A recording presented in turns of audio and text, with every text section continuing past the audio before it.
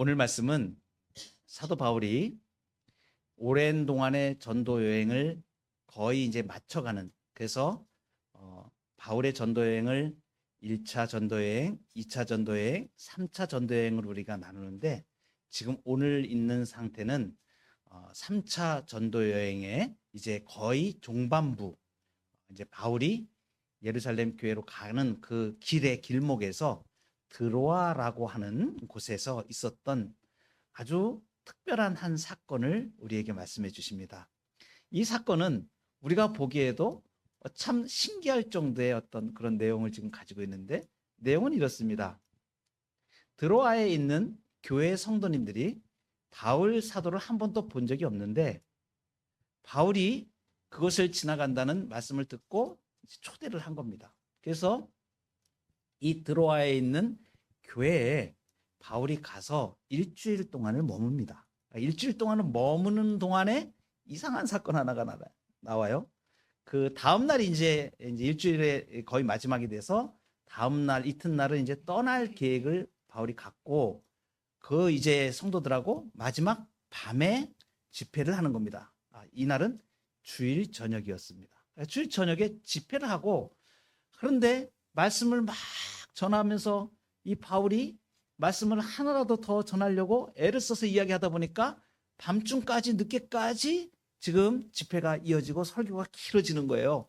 그러다가 사람들이 많이 모여있는데 3층에서 설교를 듣고 있던 청년 하나가 그만 졸다가 1층으로 떨어져 가지고 추락해서 죽는 사건이 발생합니다. 이 사건을 통하여서 바울이 얼른 데리고 가서 그 아이를 품에 안고 기도하고 하나님께서 그 죽은 아이를 살려주셔서 온 교회에 은혜가 되고, 또 그 다음날 새벽까지 바울이 강론을 하고 이 교회와 함께 하고 가는 그러한 일들을 오늘 기록해 주고 있습니다. 그런데 이 사건을 둘러싸고 이 말씀이 오늘 우리에게 말씀해 주시는 참 귀한 영적인 교훈이 있습니다. 저는 이 말씀을 여러 번 읽었었고 대했었고 또 잘 들어서 알고 있는 내용이었습니다. 그런데 설교 말씀을 준비하면서 다시 몇 번을 제가 이 본문을 다시 읽어보고, 하나님께서 이 사건을 통하여서 도대체 주시려고 하는 말씀이 무엇인가 하면서 제가 주님의 음성에 귀를 기울이며 이것이었구나. 지금 바울이 이제 전도여행의 마지막 시기로 가면서 얼마나 교회를 향한 간절한 심정을 가지고 있는지, 그래서 바울의 마지막 심정, 교회를 향한 마지막 심정을 볼 수 있었고, 또 그곳에서 만난 사람들을 통하여서 마지막 심정으로 이렇게 신앙생활들을 하시는구나 하는 모습을, 초대교회의 모습을 보면서 오늘 우리가 마지막 심정의 신앙, 마지막 심정으로 정말 여기 나온 교회와 바울과 같은 마음으로 신앙생활을 하면 정말 하나님 앞에 나중에 우리가 설 때에 정말 잘한 신앙생활을 했다라고 인정받을 수 있겠다 하는 확신이 들었습니다. 마지막 심정의 신앙. 그래서 오늘 제가 제목을 마지막 심정의 신앙이라고 우리가 제목을 정했습니다. 마지막 심정의 신앙은 오늘 주의 말씀을 통해서 우리에게 말씀해 주시는 그 영적인 교훈은 무엇인가? 첫 번째는 마지막 시간이라는 심정으로 말씀을 듣는 신앙입니다. 마지막 시간. 오늘 본문에 등장한 드로아 초대교회 당시 그 집회는 건물이 따로 없었습니다. 그래서 성도 중에 유력한 사람의 집에 모여서 예배를 드렸는데, 이 예배 처소에 이제 밤에 집회를 하기 위해서 부족한, 지금처럼 전기가 막 이렇게 있고 그런 게 아니니까, 예전에 우리 어르신들은 잘 아실 거예요. 시골에서 등잔불, 호롱불 이런 불 밝히고선 그리고 책을 보는데 그 아래에서 이렇게 보았던 때가 있지 않습니까?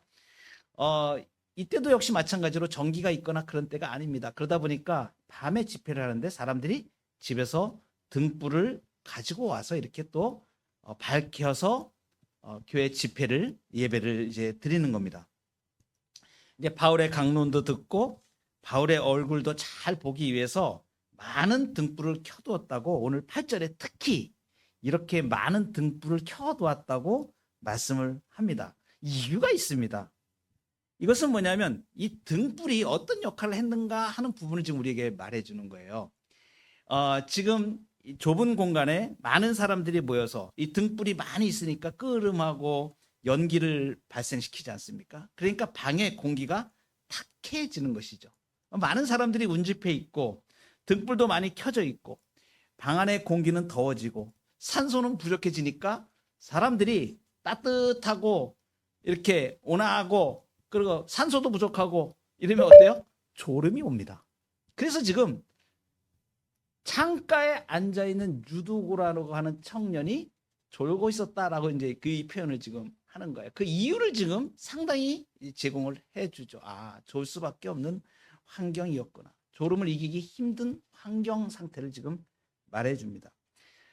이 청년이라고 표현되는데 보통 이 유두고의 나이를 신학자들이 이렇게 보면 보통 청년이라고 표현하지만 뒤에는 또 이제 아이 이렇게 표현합니다. 그래서 한 15살 정도 된 아이로 추정을 합니다. 창문에 3층인데 3층 창문에 걸터 앉아서 바울의 강론을 듣고 있었습니다. 그런데 재밌는 것은 이 유두고라는 아이 15살 정도 된 이 청년이 이 이름이 유두고라고 지금 이렇게 정확하게 명칭을 하지 않습니까? 유두고라는 이 이름은 당시에 노예들의 이름으로 흔한 이름이었습니다. 그러니까 우리가 짐작컨대 이 유두고라는 아이는 하층민에 속한 아이구나 이렇게 볼 수 있고 천한 이름의 노예인 경우로 보았을 때 대부분의 그 당시에 많은 사람들이 행했던 삶을 우리가 볼 수 있는 것이죠. 이것은 뭐냐면 당시에 일요일이 공휴일로 돼 있거나 우리 지금처럼 우리가 주일을 이렇게 쉬면서 공휴일로 지정해서 우리가 쉬고 있는데 당시에는 그렇지가 않았습니다. 그러니까 평일 중에 그냥 일요일입니다. 그러니까 아침부터 저녁까지 일을 해야 되는 것이죠. 특별히 지금 유두고 같은 이 청년들이 봤을 때는 이른 아침부터 보통 밤 늦게까지 일을 하고 주일날 저녁에 고난 일을 하고 고난 노동을 하고 아주 피곤한 몸을 이끌고 왔던 것으로 보입니다. 그러면 어떻습니까? 하루 종일 일했는데 하루 종일 일하고 주일날 바울 사도가 와서 말씀을 전한다 그러니까 허겁지겁 와가지고 밥도 아마 먹었을지 모르겠습니다. 그리고 와서 그 3층에 너무 졸렸고 힘드니까 창문 쪽에 앉아 있으면 조금 덜 졸 것 같아가지고 정신을 차리기 위해서 3층 그 창문에 위치했던 것입니다. 그리고 이 유두고가 이제 말씀을 듣기 시작하죠. 하루 종일 고된 노동으로 힘든 몸, 그리고 등불이 많이 켜져 있어서 따뜻하고 공기는 탁하고 산소는 부족하고 당연히 몸에서 쏟아지는 졸음을 이길 수가 없습니다. 그래서 9절에는 이 유두고가 어떻게 졸게 되었는지 그 과정을 아주 세밀하게 이렇게 유두고라 하는 청년이 창에 걸터 앉아 있다가 깊이 졸더니 이렇게 표현하고 있습니다. 그리고 이어서 바울이 강론하기를 더 오래 하며 졸음을 이기지 못하여, 그래서 이제 점점 졸음에 압도되어 가는 과정을 이렇게 보여주고 있습니다. 어떻겠습니까? 그 3층 난간에 앉아가지고 한 말씀이라도 들으려고 몸은 피곤한데 졸음과 싸워서 안 졸으려고, 여러분도 그런 경험 있지 않으세요? 안 졸려고 그러는데 눈꺼풀이 막 내려감고 힘이 들어가지고 몸은 힘들죠. 그러다 자기도 모르게 깜빡깜빡 졸기 시작하는 것이죠. 그러니 얼마나 힘이 들었겠습니까? 결국은 이 유두고가 창 밖으로 떨어져서 1층으로 추락하고 맙니다. 너무 안타까운 일이죠. 그런데 오늘 특별하게 이 과정을 이렇게 유두고가 졸고 예배 시간에 이렇게 졸고 있는 것에 대하여 부정적으로 보지를 않습니다. 오히려 지금 이 누가가 기록하고 있는 것은 이 유두고가 졸은 것을 절대 비난하지 않고 있습니다. 오히려 유두고가 졸았다고 하는 이 사실을 묘사하면서 등불까지 다 이 환경을 다 말씀해 주시면서 왜 졸 수밖에 없었는지, 그 당시에 이 유두고가 얼마나 열악한 환경 속에서, 특히나 초대교회에 지금 모여 있는 그 많은 사람들은 참 먹고 살기 힘든 사람들이 모여서 복음을 듣고 예수님을 사랑하여 그 말씀을 듣고자 그 밤에 하루 종일 노동에 지친 그 몸들을 이끌고 와서 그 자리를 떠나지 않고 말씀에 귀를 기울였다는 열정, 이것을 지금 보여주는 것이죠. 말씀에 대한 간절한 사모함입니다. 이들의 마음속에는 이튿날이 되면 복음을 전하는 정말 들을 수 없는 그러한 그 말씀을 이제 꼭 들어야 된다는 간절한 사모함이 있었던 것이죠.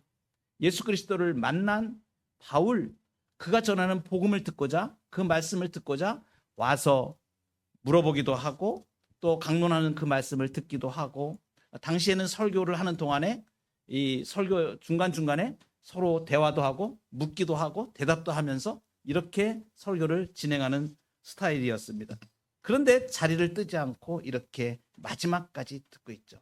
마치 이 드로아에 모인 이 초대교회 성도들은 지금 오늘이 아니면 더 이상 이 말씀을 들을 수 없다는 마지막 시간이라는 마음으로,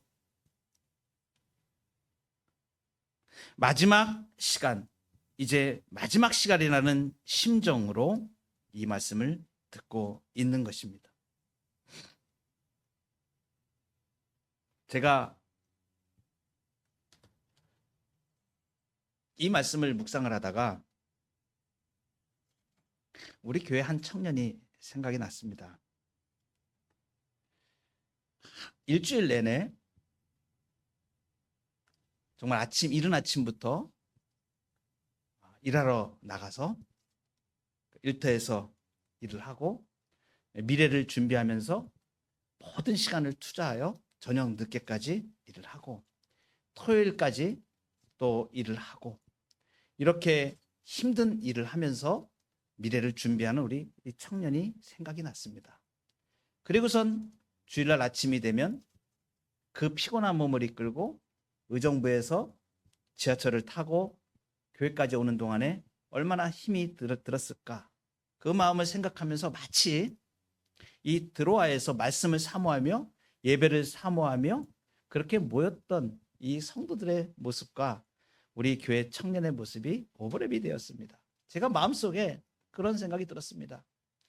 시간이 넉넉하고 좀 편해서 신앙생활을 잘 할 수 있는 사람도 있지만 자신의 미래를 준비하기 위하여 많은 시간을 투자하고 고된 일을 하면서도 믿음을 지켜가는 그러한 청년이 있습니다.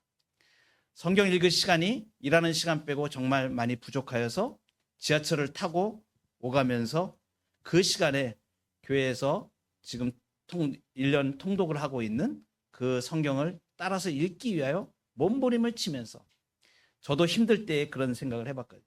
지하철에서 잘 보면 이 글자도 잘 보이지 않습니다. 그런데 때로는 졸면서 때로는 잘 넘어가면서 도대체 어디까지 읽었는지도 모르고 몇 번을 넘어갔을 일들을 우리가 생각해 봅니다.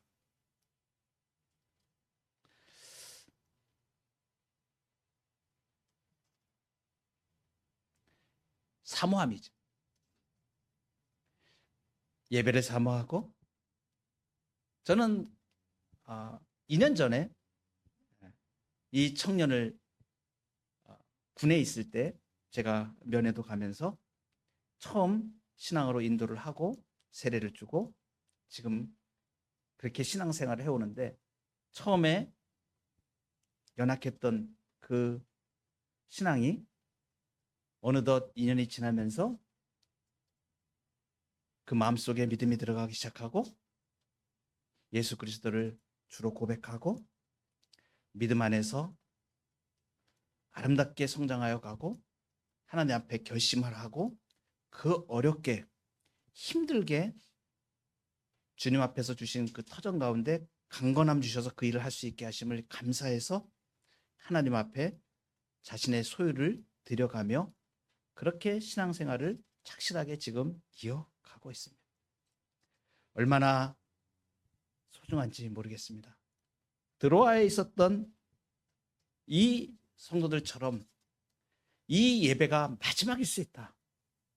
이 말씀이 마지막일 수 있다. 마지막 시간이라는 심정으로 예배하고 말씀 듣고 이 믿음을 나중에 주님이 우리를 만나시면 참 잘하였다고 칭찬하시라고 확신합니다. 여러분, 말씀이 무엇입니까? 생명입니다. 구원이 있습니다. 인생의 본분을 알고 인생을 살아가는 지혜가 있습니다. 그래서 주의 말씀은 내 발의 등이요 내 길의 빛이니이다 라고 시편에 말씀하십니다. 그가 사모하는 영혼에게 만족을 주시며 줄인 영혼에게 좋은 것으로 채워주실 것이라고 시편의 기자는 고백합니다. 이 믿음과 이 은혜로 마지막 시간이라는 심정으로 우리가 평생에 예배에 집중하고 하나님의 말씀을 듣는 일에 그러한 신앙으로 나아가는 저와 여러분 되기를 소망합니다. 두 번째로 마지막 증거라는 심정으로 말씀을 전하는 신앙입니다. 마지막 심정의 신앙을 보면서 사도 바울이 드로아에서 지금 6절에 나오는 바와 같이 일주일 동안 복음을 전했습니다. 드로아는 이 바울이 직접 복음을 전한 그런 지역은 아닙니다. 가까운 곳인 에베소에서 일어났던 부흥을 통하여 복음이 전파된 곳입니다.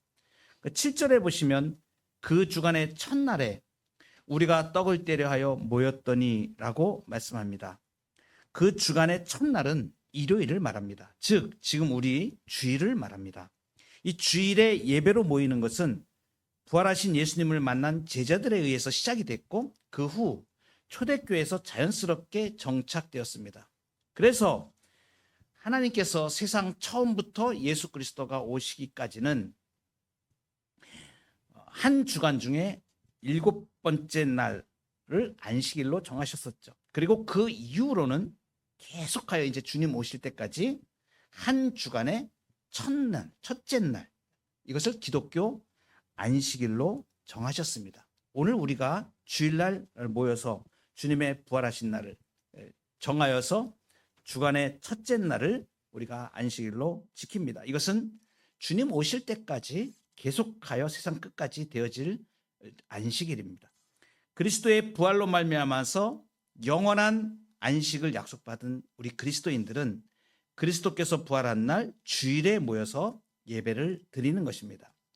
특별히 여기서 떡을 떼려 하여 모였다라고 하고 이제 중간에 사건이 일어나서 유도고라는 청년이 떨어져 죽었는데 큰 사건이 났죠. 사도 바울이 이 청년을 다시 살리고 기도하여서 살리고 그 이후에 다시 뭘 하냐면 바로 다시 떡을 떼는 일로 들어갑니다. 이 떡을 떼려 하여 모였다. 이건 뭐냐면 성만찬의 식사를 말합니다. 오늘 우리에게 말하는 성만찬을 말합니다. 바울은 복음을 받아들인 이 새로운 교회 드로아에서 지금 거기까지 오는 동안에 굉장히 많은 여정이 있었습니다. 굉장히 힘들었습니다. 피곤하였습니다. 그런데도 불구하고 지금 바울은 늦은 시간까지 강론을 하며 주의 말씀을 전하고 있습니다. 7절에 보면 바울이 이튿날 떠나고자 하여 그들에게 강론할세 말을 밤중까지 계속하매라고 합니다. 바울은 이튿날 떠날 계획이었기 때문에 그 밤 늦게까지 주의 말씀을 증거했습니다. 마치 이런 마음이죠. 오늘 이 말씀을 내가 전하지 못하면 다시 언제 전할 수 있을지 몰라. 이 증거가 마지막 증거가 될 수 있어. 바울의 마음속에는 이 마음이 있었던 것이다. 마치 마지막 증거라는 심정으로 증거하고 있는 것입니다.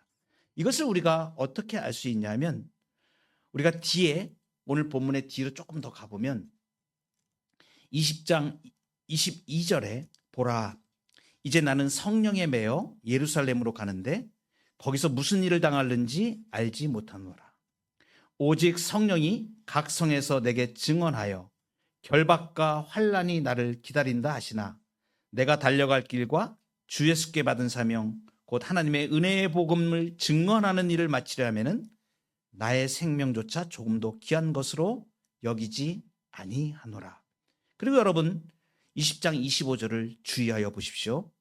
보라, 내가 여러분 중에 왕래하며 하나님의 나라를 전파하였으나 이제는 여러분이 다 내 얼굴을 다시 보지 못할 줄 아노라. 이 말씀은 지금 무엇입니까? 여러분이 다 이제 내 얼굴을 다시 보지 못할 것이다. 끝이라니 못 본다는 얘기입니다. 지금 이 의미는 죽는다는 것을 말하는 거예요. 지금 바울이 내가 이제 예루살렘에 가면 죽겠구나라는 걸 지금 직감하고 있는 겁니다. 알고 있는 겁니다. 그러니까 지금 이게 뭐냐면 이 길 여정은 지금 마지막이라고 지금 생각하고 있는 거예요. 마지막 증거의 심정으로 지금 말씀을 전하고 있는 것입니다. 유언 같은 것이죠. 마지막 이 시간이 지나면 이 사람들에게 다시 복음을 전할 기회가 없다는 심정으로 말입니다. 요한계시록에 보면 예수님이 이렇게 말씀하십니다. 요한계시록 22장 10절에 이 두루마리의 예언의 말씀을 임봉하지 말라. 임봉하지 말라 이것은 뭐냐면 전하라는 얘기입니다. 증거하라는 말입니다. 교회에 증거하는 사명을 주셨으니 이 말씀을 증거하라는 것입니다. 그리고선 계시록 22장 20절에 이것들을 증언하신 이가 이르시되 내가 진실로 속히 오리라 하시거늘 아멘 주 예수여 오시옵소서. 이것들을 증언하신 이가 예수님이. 그러니 예수님이 이제 오실 때가 가까이 왔는데 성도들이 주의 말씀을 마지막 증거라는 심정으로 증거해야 된다는 것을 말합니다. 오늘 본문에 나타난 바울의 심정을 제가 보면서 저도 주님 앞에 그렇게 기도합니다. 이 시간이 마지막인 것처럼 내가 주의 몸된 교회를 섬기고 설교를 준비하고 주의 말씀을 증거하여 이 말씀이 내 자녀들에게, 내 성도들에게, 우리 성도들에게 마지막으로 전하는 말씀인 것처럼 그렇게 생명을 다하여 증거해야 되겠다. 그리고 만나는 사람들에게 아직도 복음을 알지 못한 친구와 우리 친척들에게 복음을 전해야 되겠다. 이제 마지막이라는 심정으로 나가야 되겠다. 그게 아니면 적극적이 아니고 어떨 때는 느긋하게 생각하고 그냥 시간이 많이 있는 것처럼 주님 재림하시면 우리가 아멘 주 예수 오시옵소서 이렇게 고백을 하는데 언제 더 시간이 있다는 말입니다. 마지막 증거라는 심정으로 주의 복음을 전하는, 그래서 우리가 교회 주의 몸된 교회를 섬길 때에 주일학교를 하더라도 이게 정말 내가 이 아이들에게 마지막으로 이 말씀을 전한다는 그러한 심정으로 소중하게 그 증거에 임하고 전도할 때도 그렇게 하고 우리에게 생명 주셨을 때에 마지막 증거라는 심정으로 주의 말씀을 증거하는 저와 여러분 되기를 소망합니다. 세 번째입니다. 마지막 만남이라는 심정으로 사랑하는 신앙입니다. 마지막 심정의 신앙은 마지막 만남이라는 심정으로 사랑하는 신앙입니다. 3층 창가에 걸터 앉아서 있던 유두고가 졸음을 쫓아내려고 무신장에 일었었지만 결국 졸음을 이기지 못하고 깊은 잠에 빠졌습니다. 그리고선 그냥 1층 집 바닥으로 추락을 했습니다. 바울은 강론을 멈추고 얼른 내려가서 집 밖으로 나갔습니다. 이 불의의 사고 당황하지 않으면서도 바울은 민첩하게 행동을 했습니다. 바울은 슬픔의 현장에 떨어져서 설교만 하는 사람이 아니었습니다. 아픔의 현장으로 뛰어내려갔습니다.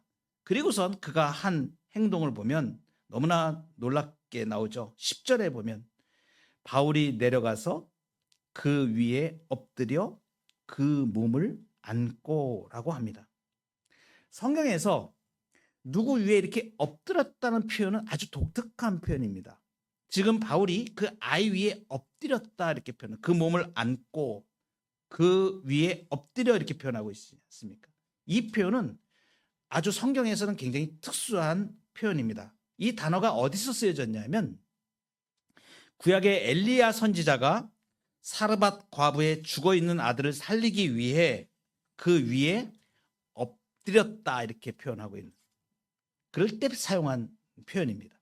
그리고 그를 이어서 많은 능력을 행하였던, 엘리야 선지자를 이어서 많은 능력을 행하였던 엘리사 선지자가 수넴 여인의 죽은 아들을 살리기 위해 똑같이 그 위에 엎드렸을 때 사용한 표현입니다. 그 몸을 안고, 이것은 바울의 지극한 사랑의 행동을 말하죠. 마치 바울은 엘리야 선지자 같이, 엘리사 선지자처럼 이 죽은 아이에게 엎드려서 그의 몸을 안고, 시체를 안고 지금 기도합니다. 어떤 기도를 했을까요? 저는 이 목자의 심정을 이해를 합니다. 하나님, 내 몸 같은 아이입니다. 이 아이를 살려주십시오. 그 위에 몸을 엎드려서 선지자같이 그 몸을 끌어안고 기도하는 겁니다. 그 믿음과 사랑에 하나님의 권능이 나타납니다. 예수님의 생명으로 죽은 사람을 살립니다. 아이가 살아났습니다. 숨이 돌기 시작합니다. 떠들지 말라. 생명이 그에게 있다. 이 사건을 보면서 어떤 사람들은 아이가 죽은 것이 아니고 기절했다가 깨어난 거 아니야? 이렇게 생각하는 일종의 신학자들도 있는데 잘못된 생각입니다. 왜냐하면 이 기록을 기록한 누가는 의사입니다. 의사가 지금 죽었다라고 표현할 때는 죽은 것입니다. 의사가 보기에 완전히 죽은 사람이었기 때문에 죽었다고 표현한 것입니다. 그리고 이어지는 말에도 다시 살아났다 이렇게 표현하고 있습니다. 그러니 분명히 죽었다가 살아난 것입니다. 바울은 다시 이 기록에서 우리가 주목할 게 하나 있습니다. 지금 아이가 죽었다가 1층에서 3층에서 1층으로 떨어져 가지고 죽었다가 숨이 돌기 시작하는데, 그 충격을 받은 아이가 뭐 갑자기 펄떡 일어나 가지고 우리 온전한 사람처럼 말도 하고 막 이러지는 않았을 것 같아요. 생각해 보건데 더 이상 이 유두고에 대한 얘기는 그 뒤에는 나와 있지는 않습니다. 애가 어떻는지 뭐. 근데 이 기록하는 방식이 좀 특별합니다. 11절에 보면 이 아이를 살렸는데 그 얘기는 더 이상 하지 않고 다른 이야기를 합니다. 이게 뭐냐면 이 이야기가 더 중요하다는 거예요. 이것이 진짜라고 지금 이야기하는 거예요. 그것이 뭐냐면 11절입니다. 올라가 떡을 떼어 먹고 오랫동안 곧 날이 새기까지 이야기하고 떠나니라. 무슨 얘기냐면 유두고를 살린 직후 바울이 이 드로아 신자들과 함께 뭘 했냐면 성찬식을 지금 한 거예요. 떡을 뗐다는 것은 성찬식을 나눴다는 얘기입니다. 떡을 떼어 먹고 성찬을 나눴다는 것입니다. 이게 무슨 의미를 가질까요? 이것입니다.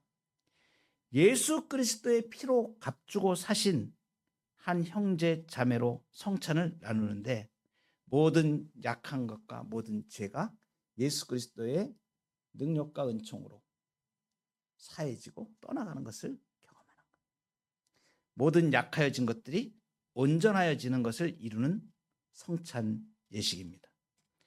바울은 이제 이렇게 교회를 마지막 만나는 것처럼 마지막 만남이라는 심정으로 지금 사랑하며 대하고 있는, 다시 만날 수 없는 소중한 사람으로, 그리고 그 성찬을 베풀면서 어떠한 은혜를 누렸을까요? 우리는 천국에서 영원히 같이 있어야 될 사람들입니다. 주께서 이 땅에서 우리의 연약함들을 온전케 하시고 예수 그리스도의 권세와 능력으로 한 몸으로 부르신 한 지체로, 한 교회로 우리는 그렇게 주님 앞에 설 사람들입니다. 라는 것을 지금 성찬식을 통하여 보여주고 있는 것입니다. 바울이 이렇게 성도를 마지막 사람이라는 심정으로, 마지막 만남이라는 심정으로 사랑하는 모습은요, 다음 장면에 여실하게 드러납니다. 우리가 12절까지를 보았는데 13절에 보면 바울이 같이 동행한 일행들을 먼저 배로 앗소라는 곳으로 먼저 보냅니다. 그리고 자신은 조금 더 지체하다가 육로의 지름길로 앗소로 가서 배에 합류합니다. 이게 무엇을 지금 말해줘요? 이것입니다. 당시 드로아에서 해가 뜨는 시각은 우리나라로는 새벽 한 5시 정도입니다. 근데 배가 떠나는 시간이 일출과 동시에 배가 떠나는 거예요. 5시 정도 배가 떠나는 거예요. 그러면 지금 이튿날 앗소로 가려고 지금 예정돼 있지 않습니까? 배를 타기로 지금 돼 있는 거예요. 그런데 지금 무슨 사건이 벌어진 거예요? 강론을 늦게까지 하다가 3층에서 졸다가 청년 아이가 떨어져서 죽었고, 그를 껴안아서 기도하여 살렸고, 성찬식을 이루었고, 성도들과 함께 그 시간을 보내는데 시간이 부족한 겁니다. 그러니 바울이 어떤 결정을 한 거예요? 당신들이 먼저 배를 타고 먼저 가. 나는 여기서 드로아의 성도들과 이 교제를 터놓고 충분하게 예수 그리스도의 은총을 나누고 성찬식을 다 마치고 다 하고 권면하고, 그리고 나는 육로로 내가 가겠다. 그래서 배로 타고 가면 여러 군데를 돌아서 가니까, 그리고 내가 앗소로 가면 거기서 만날 수 있다. 사실 굉장히 힘든 여정입니다. 육로로 간다는 것은 걸어서 가야 되고 뭐 교통수단이 따로 없으니까. 그런데 배를 타고 가면 편안하죠. 그러니까 동료들은 먼저 배를 타서 보내고, 나는 여기 드로아에 이 성도들과 마지막이라는 심정으로, 마지막 만남이라는 심정으로 지금 교제를 터야 되겠다.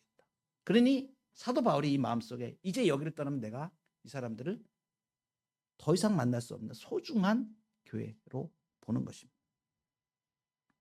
교회를 온전케 하시는 예수 그리스도의 살과 피로 교회를 온전케 하시고 모든 약한 것을 고치시고 생명의 능력을 주시는 은혜를 증거하기 위함입니다. 우리가 4월 20일에 부활주일에 성찬식을 허용하게 될 것입니다. 성도는 이 땅에 우리에게 주신 마지막 사람이라는, 마지막 만남이라는 심정으로 사랑하는 대상입니다. 공동체로 주신 것입니다. 그래서 고린도전서 10장 17절에 이렇게 말씀합니다. 떡이 하나요? 많은 우리가 한 몸이니 이는 우리가 다 한 떡에 참여합니다.